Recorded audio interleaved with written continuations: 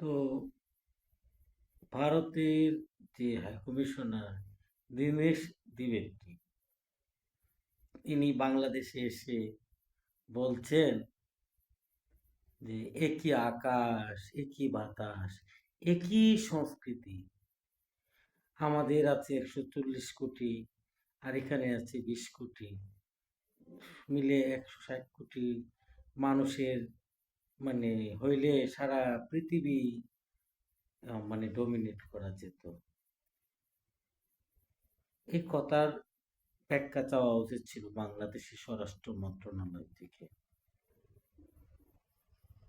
যেখানে আমাদের সীমান্তে তাদের বিএসএফ হাজার হাজার মানুষ, আপনার ঝিনাইদহ বর্ডার বলি, আপনার ওই জামালপুর বর্ডার বলি, এই বর্ডারগুলোতে হাজার হাজার মানুষ তারা পোষণ করার চেষ্টা করতেছে তাদের নাগরিকদেরকে এই বাংলাদেশে।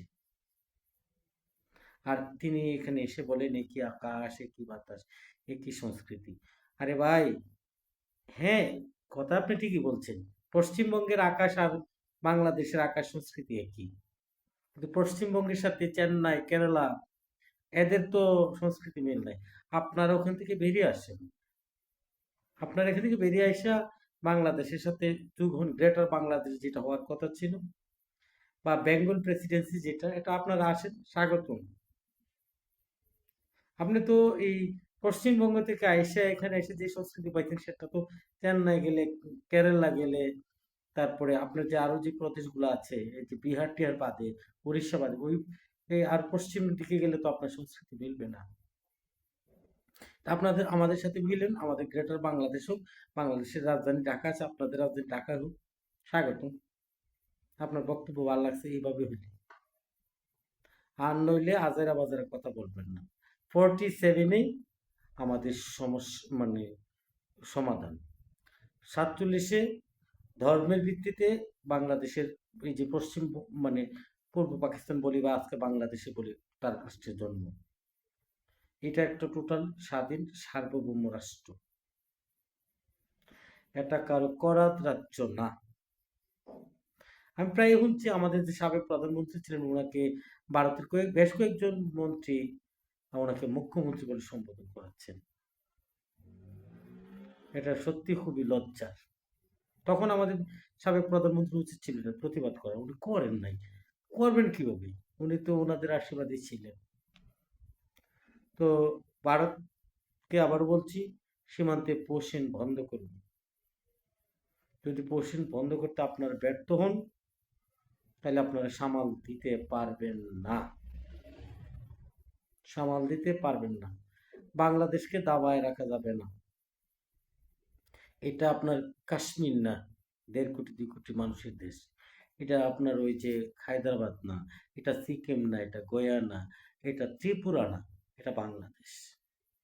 এখানে 20 কোটি মানুষের দেশ। যদি এই দেশের মানুষ ভুকা হইতো, ওই তখনকার সময় হায়দ্রাবাদ বা সিকিমের মতো তারা বোকার মতো বলতো যে আমরাও একটা আলাদা স্টেট, স্বাধীন রাষ্ট্র হয়ে যাবো, পাকিস্তানের সাথে তখন চাইতো না। তারা জানে আপনারা যে কুমির, আপনারা যে রাঘব বোয়াল, তারা জানতো। এ জেনে আপনার মানে এককভাবেও যায় নাই, আপনাদের সাথেও যায় না। আর যদি ভুলক্রমে আপনাদের ভূখণ্ডের ভিতরে পড়তো, তা আমাদের অবস্থা তো কি হইতো আমরা জানি। আপনারা জনসংখ্যা নিধন করতেন, জনসংখ্যা অনেক জনসংখ্যা মেরে ফেলতেন, এবং মানে মুসলিমদেরকে চিকিৎসা দিতেন না, যাতে করে সামান্য একটা রোগী, সামান্য সামান্য একটা জ্বর হইলে যাতে মরে, এই ব্যবস্থা করতেন। এই জন্যই তো 47-এ যেটা সমাধান হয়ে গেছে, আর 47-এর পরে 71-এ আবার সমাধান হয়েছে।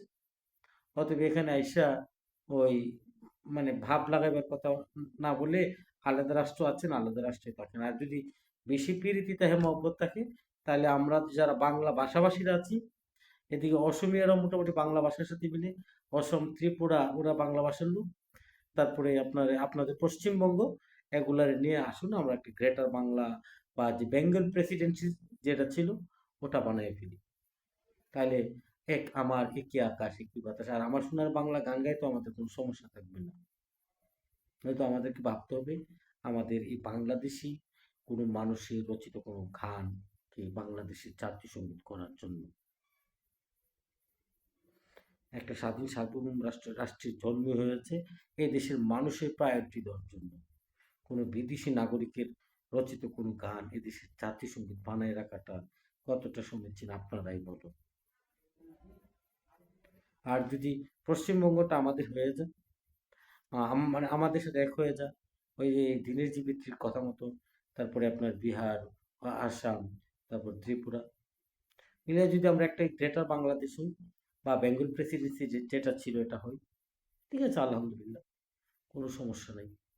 তিনি আমাদের দেশীয় গায়ক, লেখা গান আমরা গাইব। ভালো থাকবেন।